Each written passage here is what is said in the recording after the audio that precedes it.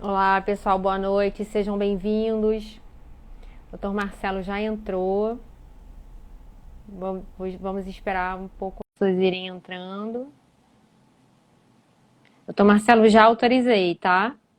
2 minutinhos deve aparecer sua imagem. Tudo bom? Tudo bem? Boa Tudo noite. ótimo, boa noite. Obrigada por ter aceito o Está me vendo? convite. Obrigado. Está me vendo bem? Ouvindo bem, doutora Tainá? Tô vendo bem, tô vendo bem. Vocês também estão escutando a gente bem? Vocês estão nos vendo bem? Vamos ir, o pessoal está entrando. Boa noite para todos, sejam bem-vindos. Bom, para a gente não perder tempo, porque temos muitos assuntos dentro do tema Cisbajude para a gente tratar, eu vou apresentar o Dr. Marcelo Segal, mas essa apresentação é extremamente pro forma, porque eu sei que todos aqui conhecem ele, conhecem muito bem, é uma referência para nós, mas vou fazer essa apresentação. O doutor Marcelo, ele é juiz titular da 26ª Vara do Trabalho, ele é professor e ele foi designado como juiz máster do Cisbajude no âmbito do Regional Fluminense. E a gente vai ver quais são as atribuições do juiz máster, um pouco mais sobre esse sistema. Mas antes de nós começarmos a tratar sobre o assunto, eu queria anunciar para vocês uma premiação que o Dr. Marcelo gentilmente cedeu para vocês que estão assistindo agora essa live. A premiação é uma bolsa de 50% do curso que ele vai ministrar com o professor Fagner Sandes, e é um curso bem prático na plataforma virtual sobre petição inicial, defesa e instrução. O curso vai começar dia 9 de novembro, as aulas serão ministradas às segundas-feiras, das 21 às 22 horas. E como vai funcionar essa premiação? Prestem atenção nas regras, porque você sabe, né, doutor Marcelo? Premiação com advogado tem recurso, tem impugnação, então prestem atenção. Prestem atenção. Vocês vão fazer um print durante a live, vão postar nos stories ou no feed, vão marcar o meu perfil, Juridicando na Rede, e o perfil do Dr. Marcelo, vão colocar a hashtag Eu Quero e vão criar uma frase muito legal, uma frase muito criativa. E eu tenho certeza que vai ser muito fácil para vocês, porque aqui só tem advogado craque, ótimo de redação e ótimo de criatividade. Vocês entenderam bem as regras? Pessoal, é isso então. Qualquer dúvida, vão colocando aqui que eu vou tentar acompanhar, tá? E eu vou passar a bola para o doutor Marcelo logo com a primeira pergunta.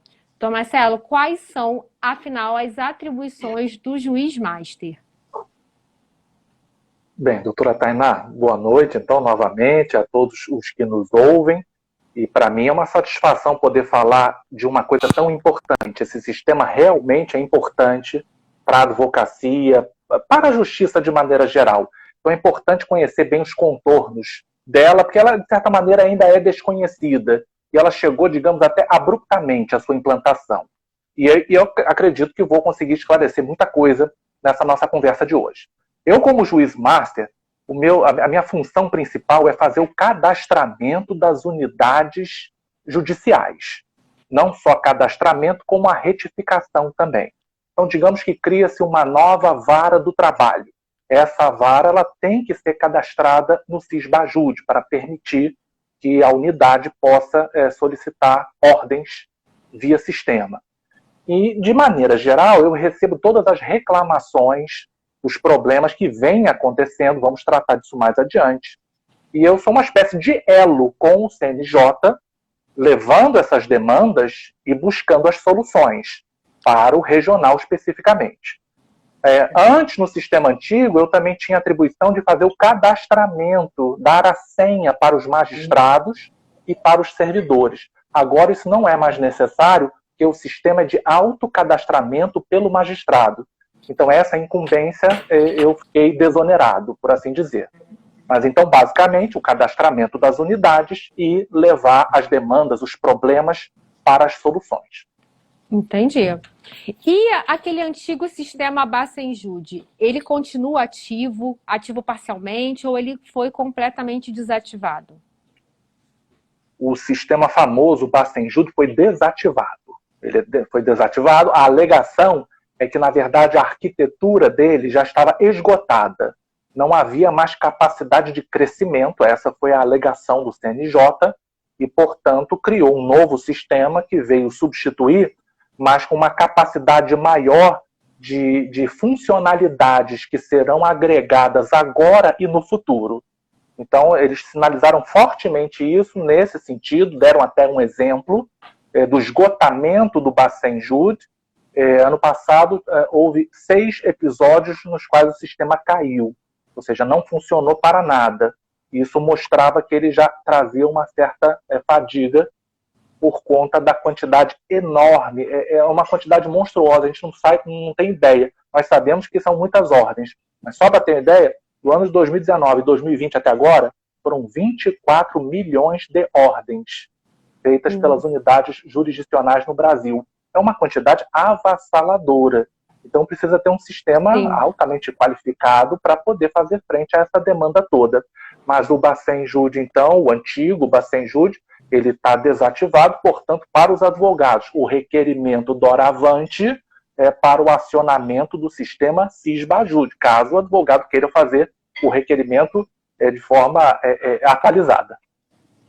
E, doutor Marcelo, esse sistema de busca de ativos do Poder Judiciário, o Sisbajude, ele é disponibilizado apenas para a Justiça do Trabalho ou ele vai ser aplicado em todas as searas, tanto Justiça Estadual, Federal?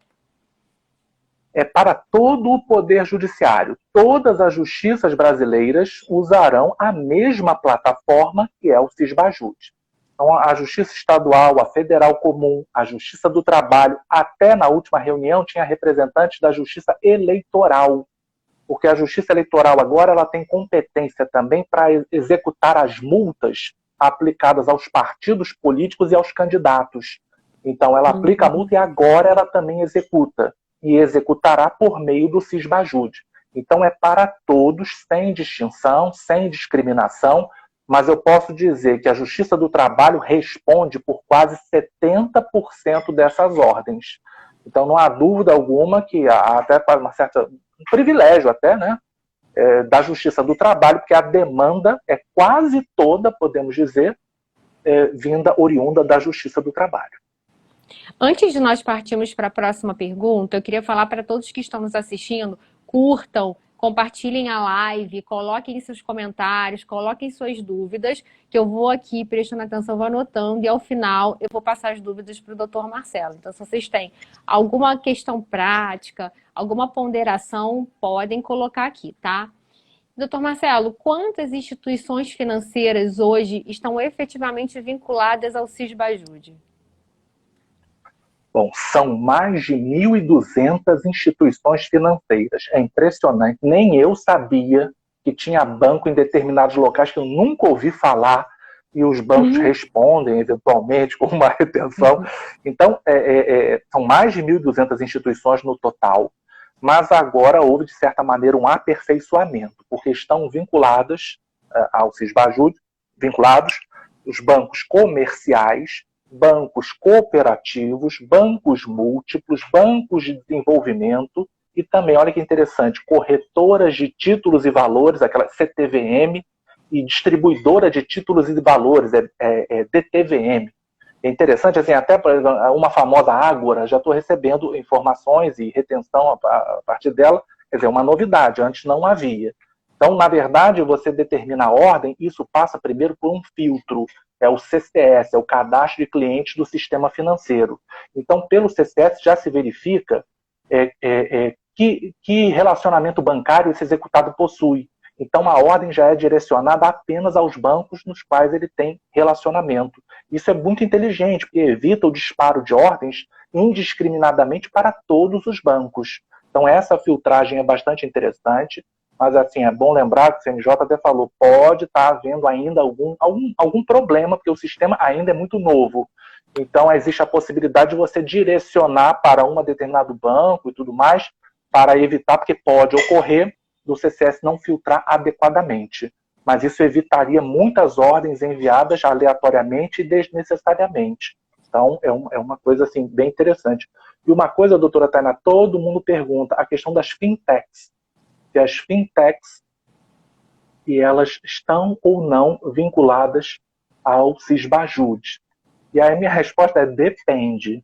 Se a fintech tem menos de 500 mil clientes, ela não é alcançada pelo Sisbajud. Se tiver mais de 500 mil clientes, sim. E qual é a explicação para isso? É que se a fintech tem até 500 mil clientes, ela não é fiscalizada pelo Banco Central, mas apenas monitorada por ele. Logo, ela não entra no CCS e não é alcançada pela ordem. Se tem mais de 500 mil, aí sim cabe fiscalização e, portanto, ela está no CCS e ela é alcançada pela ordem. Agora, uma coisa interessante, e vai acontecer agora, se a fintech optar por oferecer o Pix, esse sistema novo que está tendo agora de Sim. pagamento aos seus clientes, então ela obrigatoriamente tem que entrar no CCS e, portanto, vai ser alcançada pelo Sisbajud, mesmo tendo menos de 500 mil clientes. Perfeito. Doutor Marcelo, o senhor falou a respeito das instituições financeiras que hoje já estão vinculadas ao Sisbajud. Essa vinculação, ela foi obrigatória para as instituições financeiras ou coube a cada uma decidir se faria ou não essa vinculação, essa adesão? A vinculação é obrigatória. Até porque, repare, é uma medida pouco simpática, ou até diria antipática, do banco frente ao seu cliente. Então, se fosse dado à instituição financeira optar por não ter que fazer a retenção nos ativos financeiros do seu cliente, certamente eu diria que todas elas iriam optar por isso. Então, é obrigatório a vinculação, a participação dessas entidades que são fiscalizadas pelo Banco Central. Perfeito. Eu vou deixar as perguntas para o final, mas eu só vou colocar aqui uma questão que o doutor Rodrigo Sá mencionou e que nós até conversamos sobre isso. Ele falou assim, doutor Marcelo, ainda temos despacho informando inoperância do Sisbajud. Há, de fato, essa inoperância? Tem tido essa demora para o retorno? Como é que está essa situação? Doutora Tainá, essa implantação tem sido problemática. Especialmente no início, estava numa situação muito ruim. O que eu posso dizer hoje é que desde 25/9, portanto ainda recentemente, essas ordens têm se estabilizado. As respostas, especialmente, o grande medo e receio do magistrado é determinar a ordem de bloqueio. O bloqueio ser efetivado, mas ele não é comunicado. Nós podemos falar daqui a pouco sobre os prazos até para essa resposta. Mas então, se ela é feita e não é respondida, não está acessível para o magistrado, ele não consegue transferir o valor, a pior que isso, não consegue liberar valores, porventura retidos além do valor a ser executado. E isso é um grande problema, porque cria assim, um atrito, né? Até compreensível com a parte, com o advogado. Alguns juízes estavam receosos até em relação à lei de responsabilidade, de abuso de autoridade, supostamente. Então, alguns até deixaram de realizar as ordens até que houvesse uma estabilização do sistema.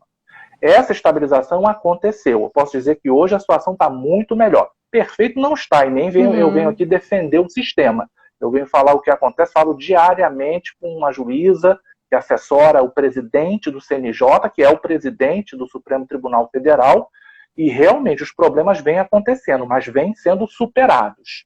Portanto, não estamos ainda numa situação ideal, mas está muito melhor do que antes.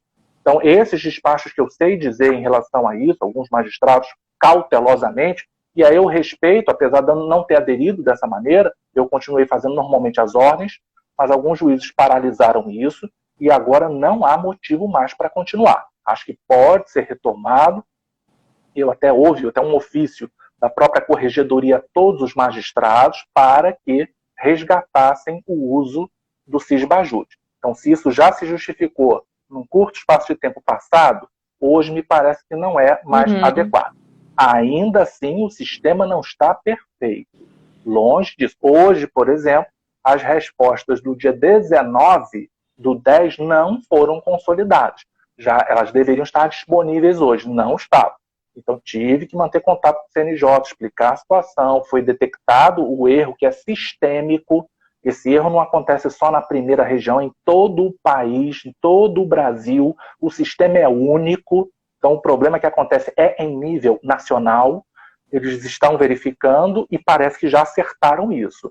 Agora, é uma situação, é um sistema muito complexo, repito, né, muito denso, complexo, e assim, todo o início é sempre problemático. Eu, particularmente, acho até que essa implantação foi um pouco assim, afobada demais, para falar a verdade.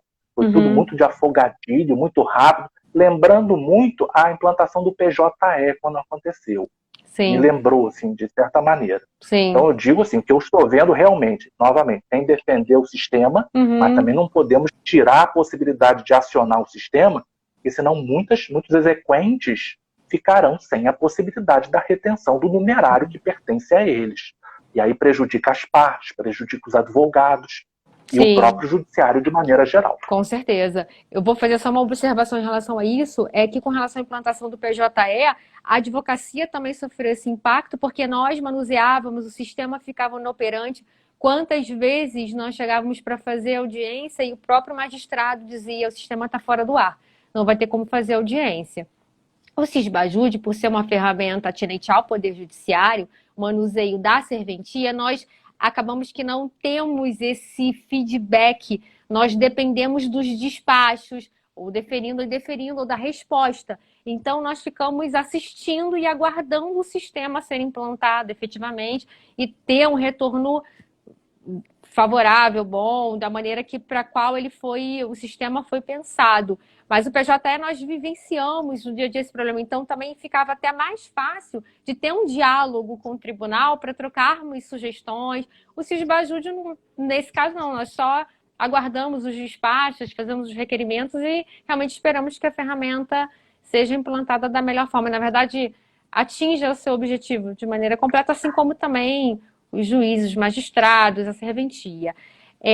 Doutor Marcelo, como eu estou vendo que tem muitas pessoas aqui participando, o comentário de vocês é muito bem-vindo. Não esqueçam de fazer o print para concorrer à bolsa de 50% do curso que vai ser ministrado pelo doutor Marcelo e pelo professor Fagner. Mas como alguns comentários são pertinentes ao que a gente está falando, só para não ficar muito deslocado, se o senhor não se importar, eu vou colocar.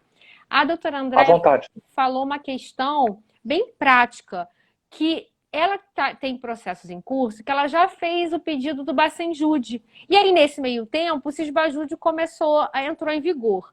É necessário renovar o pedido de penhora, de bloqueio de numerário, ou tendo esse requerimento anterior já é suficiente?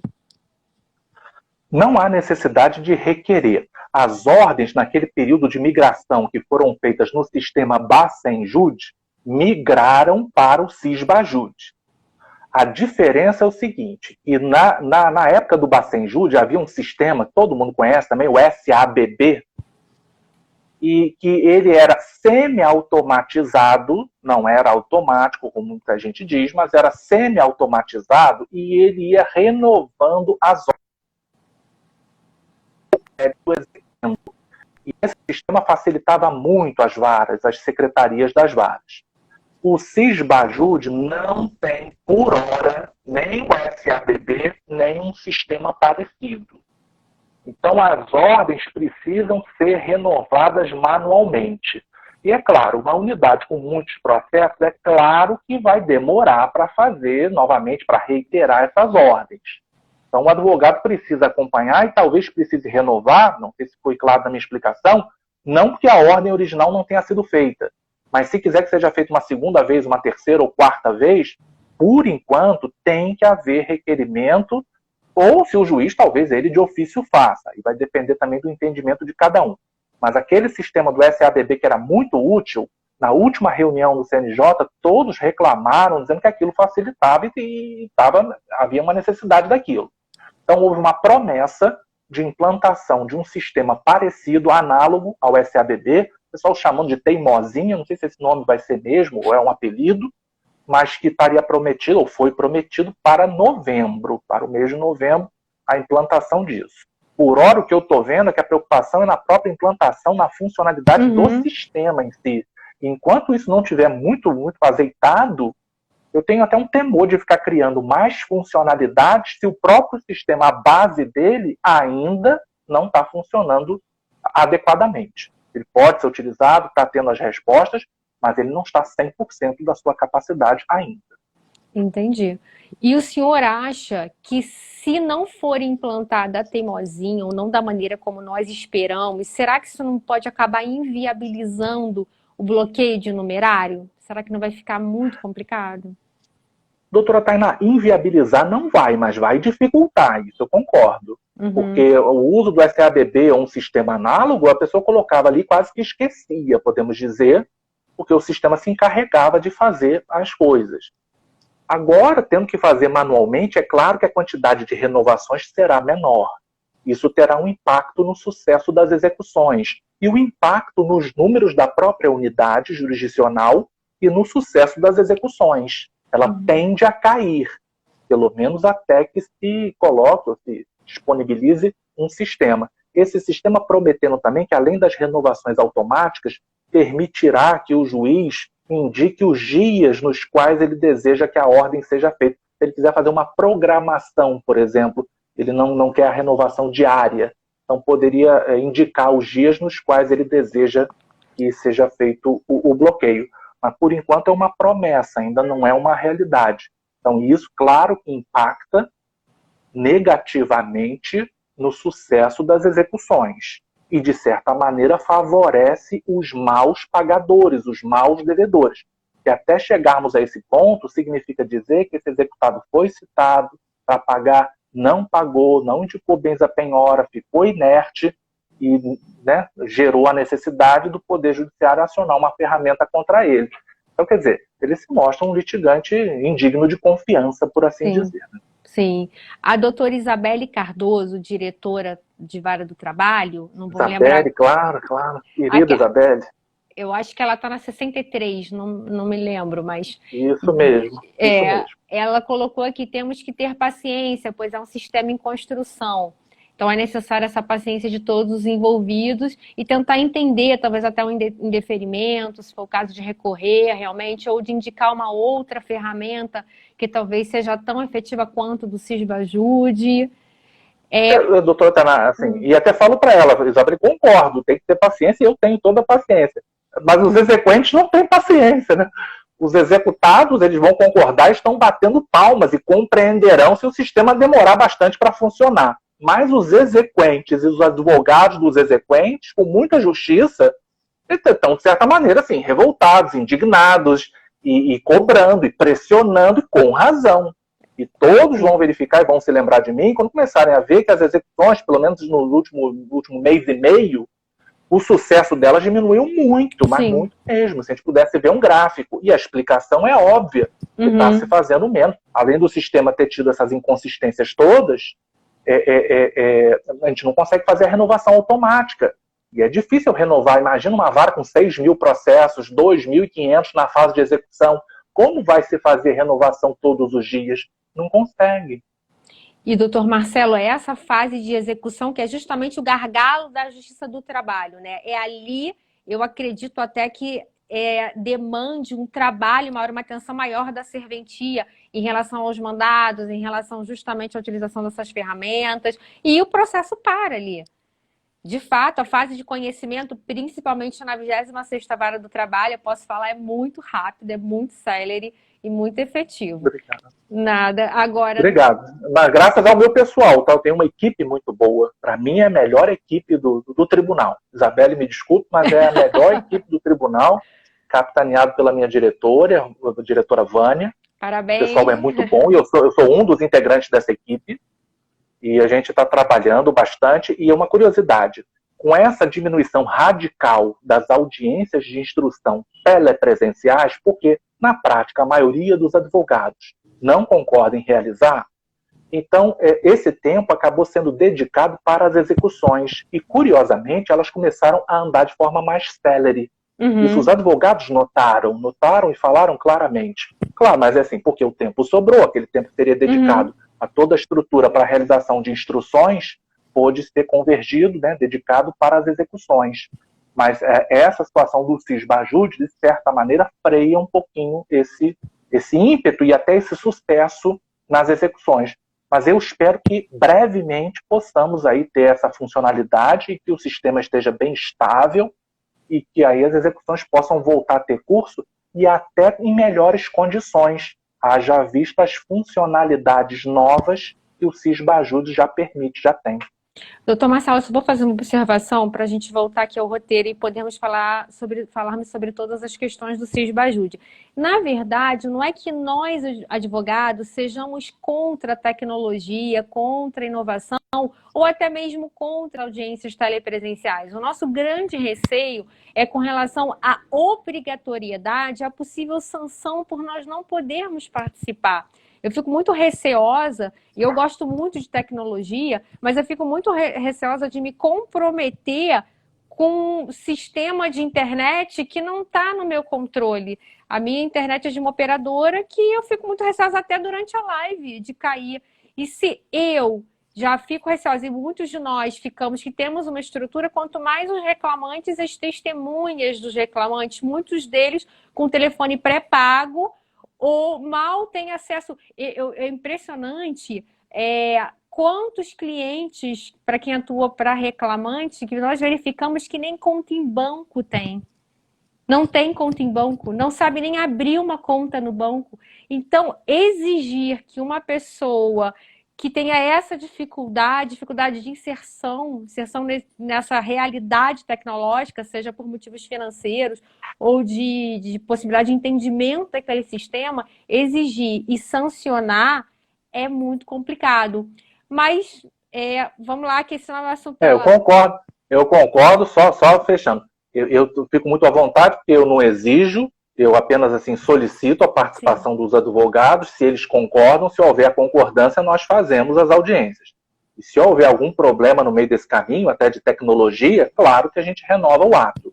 Agora, eu sei que nem todo mundo pensa da mesma maneira e nem age da mesma maneira. Então, o advogado receoso, ele já toma essa medida preventiva e eu compreendo perfeitamente. Não tem problema em relação a isso.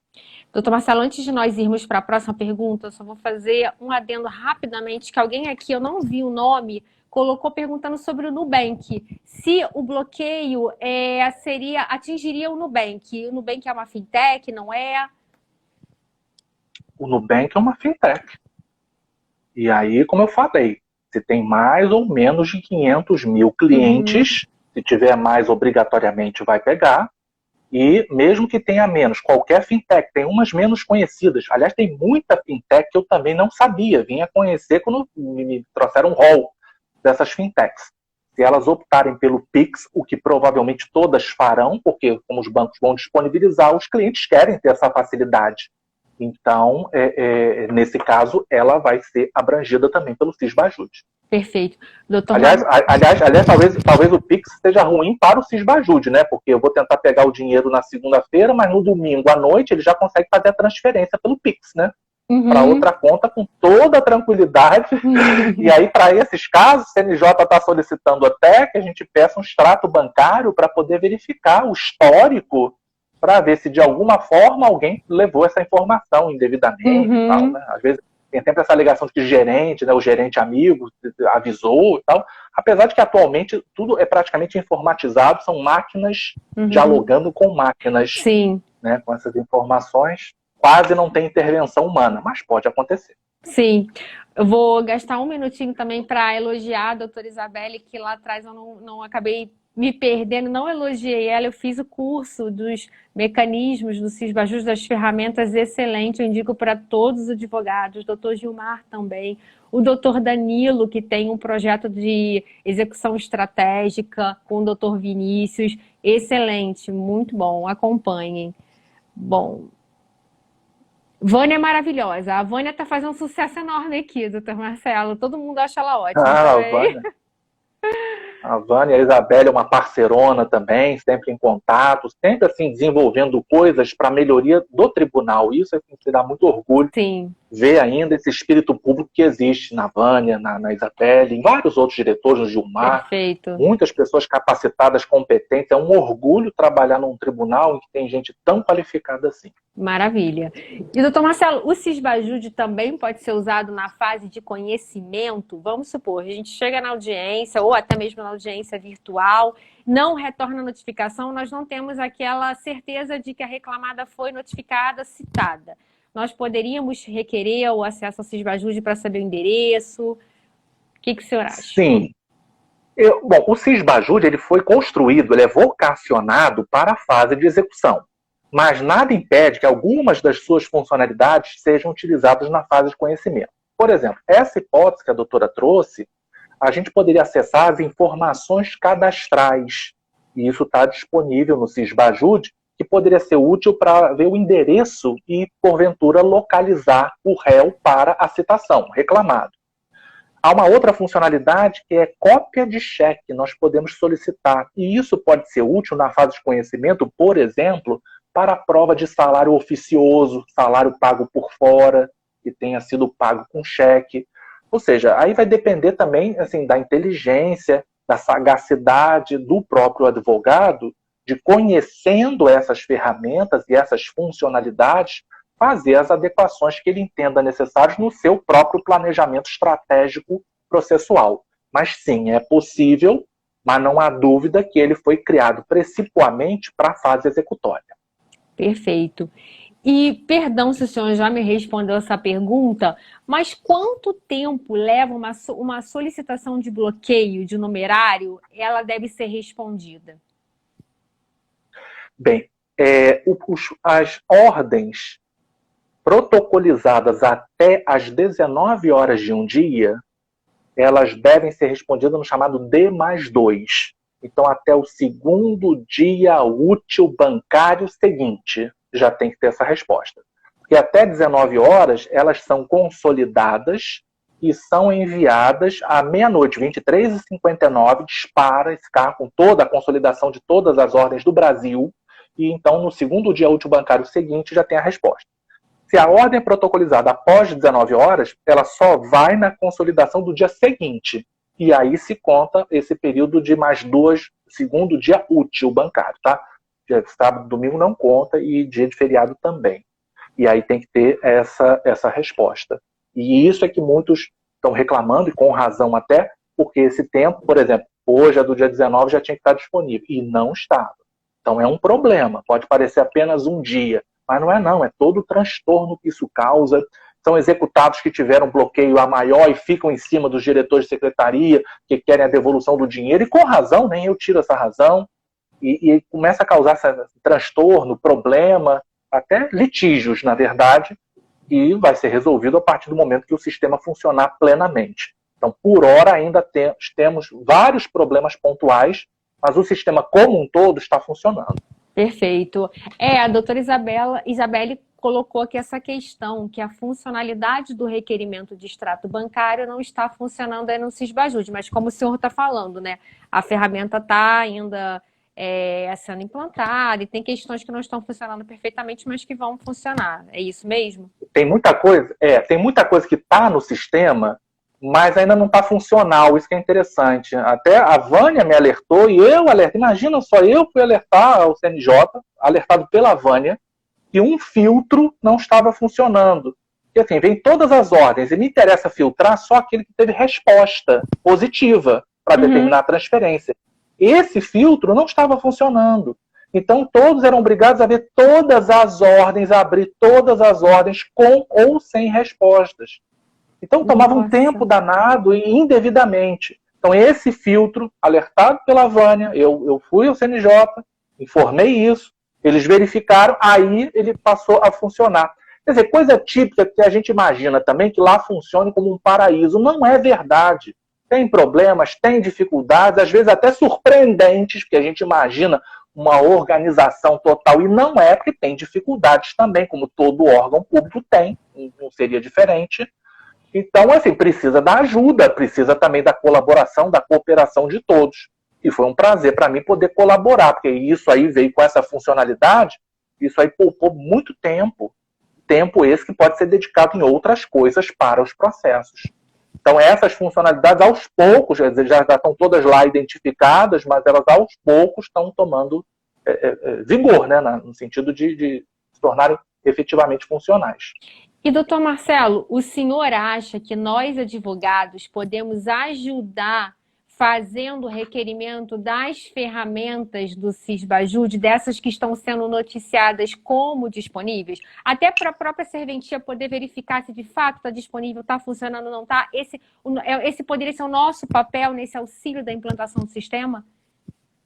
Eu acho que sim, não só na implantação, como assim, imaginando que muitos magistrados entendem que pela nova redação do artigo 878 da CLT, o juiz não atua de ofício, vai depender de provocação do advogado. Isso significa que o advogado vai precisar estudar mais, ele vai se exigir mais do advogado na sua atuação, tanto na fase de conhecimento quanto na execução. E isso até pode ser exigido, que agora ele tem também honorários sucumbenciais. A partir do momento que ele tem honorários sucumbenciais, eu vou exigir dele uma atuação também melhor, mais assim, consentânea frente aos processos. Então, eu acho que é importante, primeiro de tudo, circular essa informação, e por isso eu acho que essa live é importante, para pelo menos informar quais são as funcionalidades existentes. Até porque dessas funcionalidades todas, doutora Tainá, algumas eu acho que não são úteis, sinceramente, para o processo do trabalho. Repito, o sistema foi feito para todas as justiças. Algumas funcionalidades servem muito bem para a justiça criminal, mas para nós não serve. E outras nos servem muito bem. Então, até elenquei algumas que eu achei pouco úteis, em princípio. O senhor quer segurar um minutinho só para eu fazer uma pergunta antes de entrarmos nas Claro. ferramentas?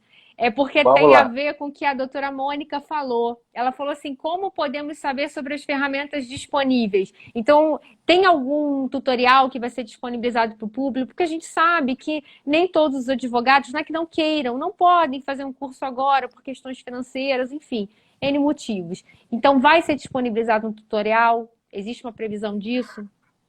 Olha, eu recebi um tutorial bem grande, bem extenso, e um menor, reduzido.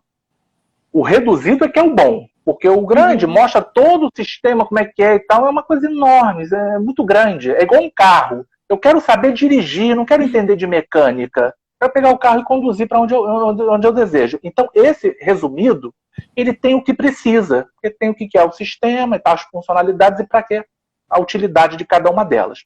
Eu não tenho certeza se esse resumido foi, por exemplo, para a página do tribunal. Eu acho que deveria. Até para dar divulgação, para que os advogados tenham acesso, tenham ciência e possam, então, tomar as medidas ou os requerimentos que desejarem. Então, de repente, eu vou até tirar aqui, talvez, uma sugestão que eu posso enviar para a corregedoria amanhã, desse pequeno tutorial, bem pequenininho, bem objetivo, que lá na comunidade Marcelo Segal, o pessoal que está assistindo já recebeu, porque eu passei para eles, e, de repente, divulgar para todos. Eu acho que isso aí é importante, democratizar o conhecimento, a informação. Isso é muito relevante. Então, com isso, já seria suficiente para que o advogado soubesse quais são as ferramentas possíveis e ele pudesse eleger, escolher e requerer ao juiz o que ele deseja. Porque senão vai ficar uma coisa muito assim, tá requerendo o quê?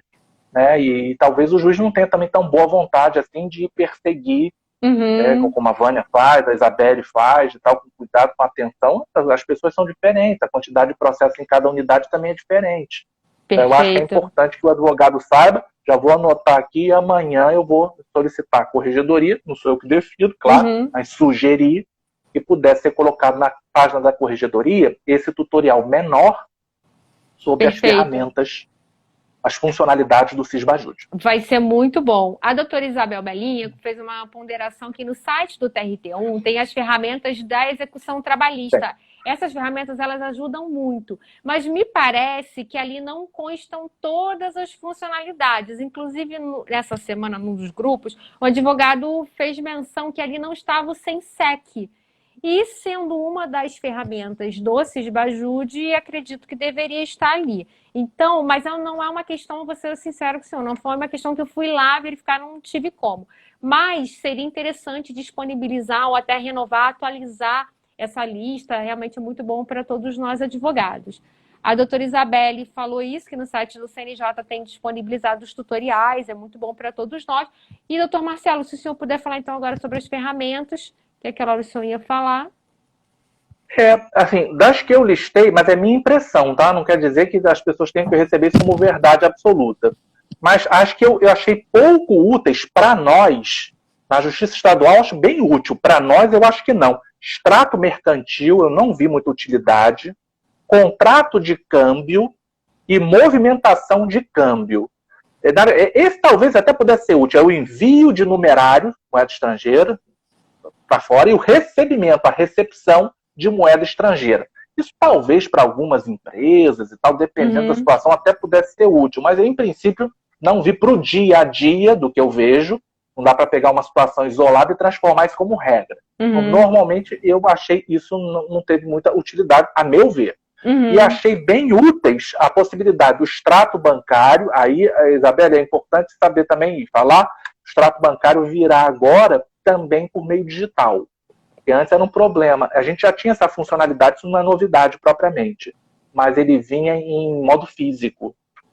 Aí, assim, já dificultava um pouco, o prazo era um pouco maior. Agora vai vir em meio digital. Então, o extrato bancário eu acho interessante. E isso eu estou falando independentemente de quando vai se tornar funcional, porque isso vai acontecer nos próximos dias, na verdade. Extrato de aplicação financeira dos executados eu acho interessante. Tem uma nova que não havia antes, fatura de cartão de crédito. Perfeito. Aí, talvez lá no TJ, né? Que para você conseguir gratuidade tem que provar tudo, cartão de crédito, 2 últimas declarações de imposto de renda, e não consegue, com tudo isso, não consegue a fatura de cartão de crédito. Impugnar também gratuidade, né? Porque aí o autor diz, não, eu ganho 2 mil, 3 mil, aí chega a fatura do cartão 10 mil, não está compatível. Mas fala. Olha, lá eles cobravam até para renovação de Bacen Júdio, tá? Sim. Cada Bacen Júdio era pago. Proposta de abertura de conta para a questão de essas informações cadastrais por endereço, ainda que se possa conseguir também por outros caminhos. Esse é bem interessante, porque normalmente a pessoa dá o endereço fiel, verdadeiro, ao banco, porque ele quer receber o extrato direitinho. Cópia de cheque. E uma que eu fui informado na última reunião, eu mesmo não sabia, a gente consegue também extrato de PIS e de FGTS. Só que a juíza foi bem clara no sentido de que não permite bloqueio, apenas a informação. Extrato de PIS e FGTS. Então, realmente, são novidades. E, assim, o objetivo deles é primeiro fazer a implantação e depois melhorias e novas funcionalidades. O objetivo no futuro, depois de estabilizar, é caminhar para coisas novas. Por exemplo, o Renajude, ele vai ser associado ao PJE, que vai estar associado já também ao Cisbajude. O ingresso atualmente que nós fazemos, aí só o servidor da Justiça vai compreender o que eu estou dizendo. Para esse chamando de afastamento de sigilo bancário, que tem todas essas funcionalidades, você precisa atualmente entrar com uma segunda senha. Não vai precisar em breve isso, já vai ser uma senha só. Eles pretendem fazer também com um convênio para poder saber questão de financiamento, evitando, a alegação é essa, evitando embargos de terceiro. Por exemplo, na hora de penhorar um automóvel, você já vai saber que ele está alienado fiduciariamente. E nesse caso, talvez, dependendo da dívida que ainda exista, nem fazer a penhora sobre aquele bem, evitando um embargo terceiro, discussão. Isso vale para imóveis também, esse tipo de coisa. Uma coisa interessante, né? Por enquanto são promessas. Eu acho que a tecnologia existe, pode e vai acontecer, mas agora eu acho que o foco é tornar o sistema estável e sem essas inconsistências que nós estamos vendo agora e que estão trazendo tanta dor de cabeça para todos nós. Agora, doutor Marcelo, no caso do extrato do PIS e do FGTS, não é possível fazer o bloqueio pela ferramenta, mas é possível ter acesso ao extrato. E aí, se o exequente verificar que, enfim, quiser requerer esse bloqueio, aí é preciso pedir um ofício? Isso é possível fazer esse bloqueio de uma outra forma, não pelo Cisbajude, mas por meio de um ofício? O que o senhor acha? É possível fazer o requerimento ao magistrado. Só quero lembrar que aí é uma discussão judicial. A Lei 8.036/90 diz que o FGTS é impenhorável. ele ainda usa aquela expressão absolutamente empenhorável. Hoje não existe mais aqueles bens absolutos e relativamente empenhoráveis, mas a Lei 8.036 fala da empenhorabilidade. Agora, se o juiz vai entender pela penhora, assim, aí vai depender de cada um. Mas o que eu digo é que é possível a informação, o acesso à informação. E aí o que vai se fazer dela vai depender muito, especialmente, do requerimento do advogado. Mas é importante que ele saiba que pode conseguir essa informação e, a partir dela, tem que se verificar o que pode ser feito dentro também do entendimento do magistrado, das leis, esse tipo de coisa. E é muito importante o advogado entender que após a reforma trabalhista, nós passamos a ser protagonistas do processo, não falando da questão do ius postulante, que aí no caso o magistrado poderia até ativar esses mecanismos de execução, mas com, no caso, o exequente tendo uma representação nos autos, então é importante que nós peçamos mesmo e que nós insistamos nos pedidos, nas ferramentas, que a gente se atualize, procure, como a doutora Isabela falou, a Belinha falou aqui, a doutora Belinha, um beijo. Vejamos os tutoriais no CNJ, quem puder fazer o curso, para que a gente realmente movimente essa ferramenta e até possa dar um feedback, para que o próprio Tribunal e a Serventia possa dar um feedback se está funcionando, se não está funcionando, o que precisa ser necessário. Então, é importante que os advogados sejam também protagonistas nessa implantação, né, doutor Marcelo? Concordo plenamente. E a partir deles também trazer assim, demandas que podem, inclusive, nortear o próprio futuro da ferramenta. Ele serve para poder viabilizar e tornar mais fácil, mais rápida a satisfação de um crédito já reconhecido pela justiça, né? E se a pessoa vence na justiça, mas não consegue receber o bem da vida, o próprio Poder Judiciário sai arranhado também dessa história. Com certeza. Né? Cria-se uma ideia de que a execução não é efetiva, que o processo não é efetivo, e há uma sensação de que o Judiciário não entregou aquela tutela e os valores justos. Desculpa, doutor Marcelo, tem uma mosquinha aqui. Bom, vamos lá, para a próxima pergunta. Tem alguma ferramenta que é disponibilizada no Sisbajude, mas que os próprios advogados ou as partes podem acessar para não ter que fazer esse requerimento judicial? Conseguir antecipar essa etapa? Já tem alguma ferramenta pública? Não tem.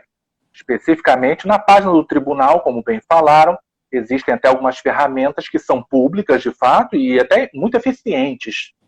E cadastros fidedignos. Mas no caso do Sisbajude, não.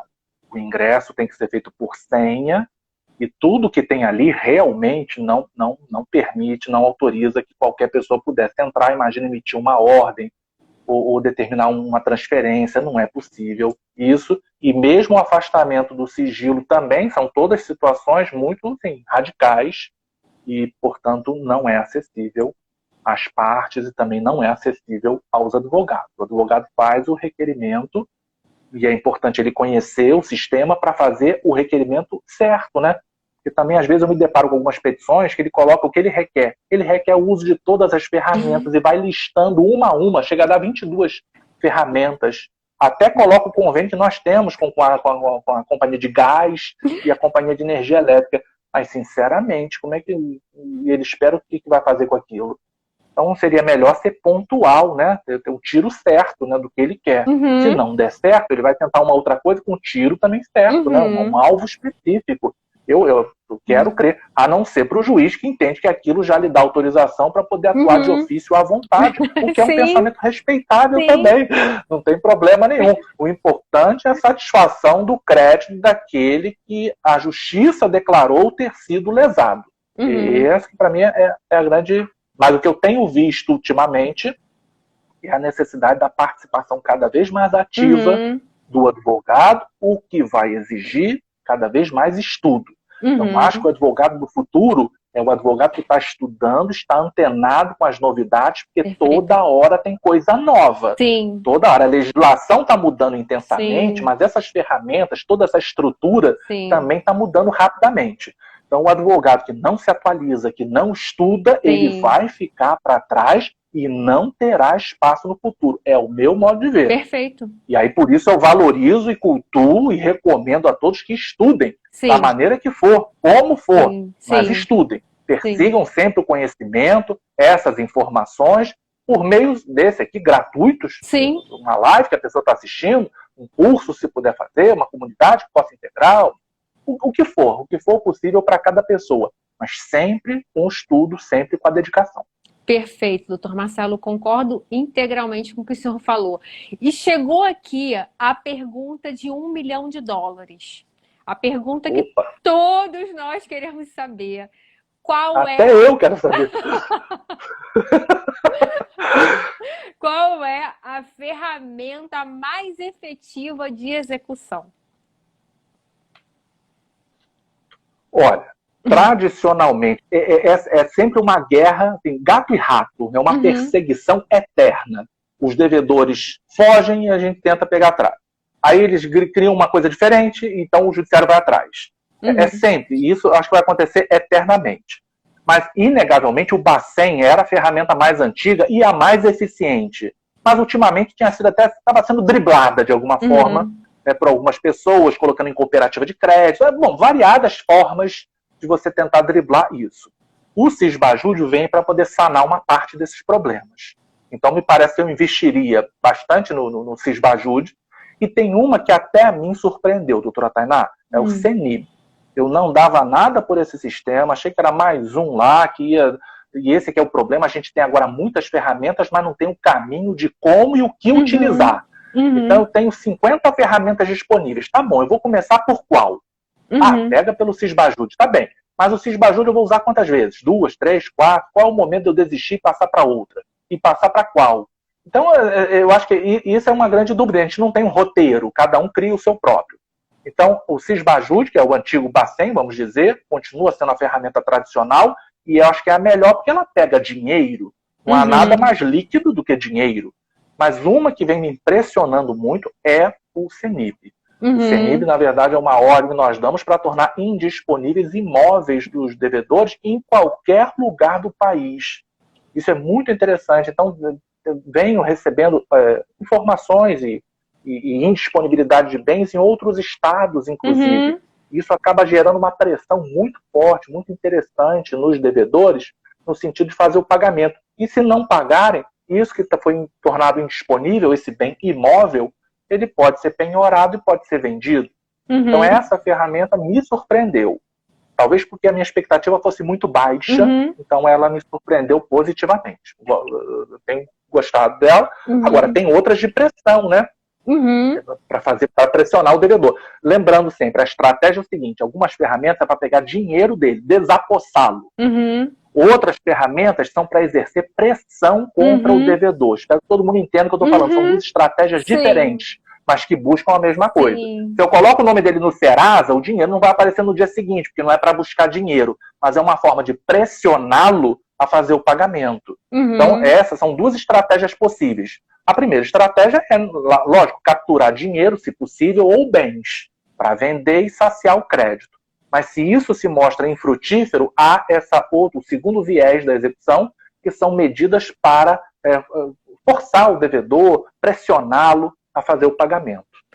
E a penhora de numerário, inclusive, doutor Marcelo, ela segue a ordem da lei do artigo 835. Então, por isso, até que os advogados geralmente pedem isso, né? Bloqueio de numerário, depois de renajuste, inscrição no BNDT, que a doutora Isabela, inclusive, já falou no curso, é muito importante. E É interessante essa inscrição, mas para quem participa de licitação. Para quem não participa de licitação, até pode ser alguns bancos, por exemplo, antes de conceder empréstimo, estão consultando o BNDT, por exemplo. Olha que coisa interessante. Ela não foi criada para isso e acabou tendo uma utilidade que ninguém imaginava. Então tem ferramentas interessantes, mas também o BNDT, para forçar a pessoa a pagar. Ela por si só não paga, mas são estratégias. E aí o advogado tem que formular a sua própria estratégia do que é melhor para cada caso específico. De acordo com o objeto da empresa, se ela está aberta ou se não está aberta, qual é o serviço que ela veicula, se é produto. Isso o advogado tem que avaliar, inclusive, desde o atendimento do cliente, né? Não em sede de execução, porque a melhor informação vem do reclamante.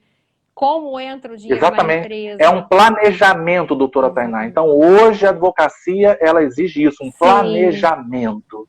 Não é uma coisa como Sim, era antigamente, pegava uma petição padrão, troco só os nomes e sim, dou entrada. Tem que fazer um planejamento exatamente. estratégico e ele inicia, me parece, na entrevista com o próprio cliente. Sim, sem dúvida. É por isso é muito importante. Eu até entendo que em escritórios nem sempre é possível o advogado ter contato diretamente com esse primeiro contato, mas eu acho que é muito interessante. Faz toda a diferença. E, rela... Com certeza. e E, rela- doutora Tana, me permita, essa situação desse planejamento é que eu vou tratar também com o professor Fagner nesse curso que nós estávamos falando. Então, por exemplo, nós vamos pensar, nós dois vamos dar aula juntos, vamos um diferencial, nós dois estaremos em todas as aulas, telepresenciais, são virtuais, mas são síncronas, tempo. E, por exemplo, as duas primeiras aulas serão de petição inicial. Não vou ficar falando da estrutura de petição inicial, o que é objetivo a petição inicial. Isso todo mundo sabe. O que Uhum, nós vamos trazer, por exemplo, são as falhas que as petições iniciais normalmente têm, os problemas, as dificuldades, onde está a falha, uhum, não só estrutural, como até mesmo das nomenclaturas. Então, isso é que nós vamos pegar e isso a pessoa aprende, alguma coisa que ela pode usar no dia seguinte. Ela já vai mudar perfeito. a forma de agir para o dia seguinte. Então, uma coisa bem prática, eu sou muito pragmático, então, e Uhum. ele também é dessa maneira, o doutor Fagner. Então, nós vamos fazer dessa forma esse curso, tenho certeza que vai ser muito bom, vai ser útil para as pessoas. Essa é a minha preocupação também, ser útil aquilo que eu faço, tem que mudar de alguma forma a vida das pessoas, no caso dos advogados, e aí eu convido a todos também para o comparecimento, para quem desejar. Quem tiver interesse pode mandar no meu direct, @profmarcelosegal, e também me permito fazer uma pequena propaganda na minha comunidade, Marcelo Segal, olha, tá bombando, o grupo 1 já está todo lotado, não posso admitir mais ninguém, o grupo 2 também está cheio, ainda tem algumas vagas, então quem quiser também, com o maior prazer, pode mandar lá no direct, que eu tenho a maior satisfação em responder. Perfeito. Doutor Marcelo, eu vou ser sincera com o senhor. Assim que saiu a veiculação do curso, eu já garanti a minha inscrição, porque eu sei que os cursos que o senhor dá acabam muito rápido, não tem mais vaga. Então eu já garanti, eu não Está esperei não. quase lotando. Quase lotando. Sim, Ainda temos vagas, mas está quase. E tem muita gente, muita gente. E essa possibilidade, né, de fazer de forma virtual, então sim, a quantidade de pessoas pode ser maior do que colocaria numa sala. Então a sim. expectativa nossa é muito positiva, muito boa e, novamente, vai ser muito útil para as pessoas. Perfeito. Nossa, temos 4 minutinhos, então vou lembrar o pessoal. Gente, doutor Marcelo gentilmente está disponibilizando uma bolsa de 50% para o curso que ele falou. Curso essencial, nós advogados temos que estudar, temos que nos capacitar, é muito importante. E vocês não vão perder essa oportunidade, né? Uma bolsa metade do valor do curso. Então, vou lembrar rapidamente as regras. Façam um print da live, marquem a gente nos stories ou no feed, o Instagram Juridicano na Rede, o Instagram do professor Marcelo Segal. Coloca a hashtag Eu Quero e faça uma frase bem legal, que vai ser muito fácil para vocês, né, doutor Marcelo? Porque só tem advogado craque. E em relação ao CINIB, que o senhor falou, só vou fazer uma ponderação que eu verifico que muitos advogados, eu falo isso porque atuo bastante para reclamada também, eu verifico que eles pedem a indisponibilidade do bem, mas não pedem a verbação da penhora. E aí vem um outro exequente e pede primeiro a verbação da penhora, e aquele processo que pediu só indisponibilidade acaba sendo preterido em relação ao outro que averbou a penhora primeiro. Então é importante pedir a indisponibilidade e pedir também a verbação da penhora, para essa questão da preferência, certo? Certo. Só que às vezes eu já tive caso de vários imóveis foram tornados indisponíveis e eu abri vista para o exequente para dizer qual deles ele desejava penhorar. Porque não havia por que penhorar todos os bens, Sim, porque qualquer deles já satisfaria a dívida por inteiro. perfeito. Até para também não criar uma restrição indevida e isso poder se voltar até contra o próprio juiz ou contra o exequente, né? De alegar um Exatamente. prejuízo. Exatamente. Doutor E, Marcelo, doutora Taná, só uma última coisa que o nosso tempo já vai esgotar, já sim, vai sim. cair. O nosso concurso é da melhor frase, ok? Senão o doutor Fagner me mata, hein? Não, melhor Ele me mata. frase. Melhor... A melhor frase. Senão, Isso, tem ele que ser corta relações comigo. Não, tem que ser a frase mais criativa. Nós vamos criar uma comissão, né, doutor Marcelo, para avaliar. E o Exatamente. resultado vai ser disponibilizado amanhã nos stories. E a gente vai ver. Então, caprichem na Isso aí. frase e cumpram os requisitos. Marquem a mim, marquem o doutor Marcelo. Hashtag Eu Quero. Não deixem de participar da comunidade do professor Marcelo. E quem não for beneficiado com a bolsa, também não deixe de fazer a inscrição no curso. É muito importante. se atualizem, busquem quem puder. Quem não puder nesse momento, pelo menos que entre no site do CNJ, busque informação do Sisbajude. É importante para vocês, é importante para o cliente de vocês. E tem 30 segundos. Obrigada a todos por terem assistido. Doutor Marcelo, obrigada de coração por ter aceitado o convite. Adorei falar com o senhor. O senhor ajudou muito a gente com muita informação. E com o que você quiser compartilhar de material, de conteúdo, pode passar que eu vou dar publicidade a isso. E o senhor pode fazer suas considerações finais. Tem 10 segundos. Pessoal, muito obrigado, doutora Tainá. Foi um prazer poder falar e sempre que precisar, estou à sua disposição. Muito obrigado mesmo. Boa noite a todos. Perfeito.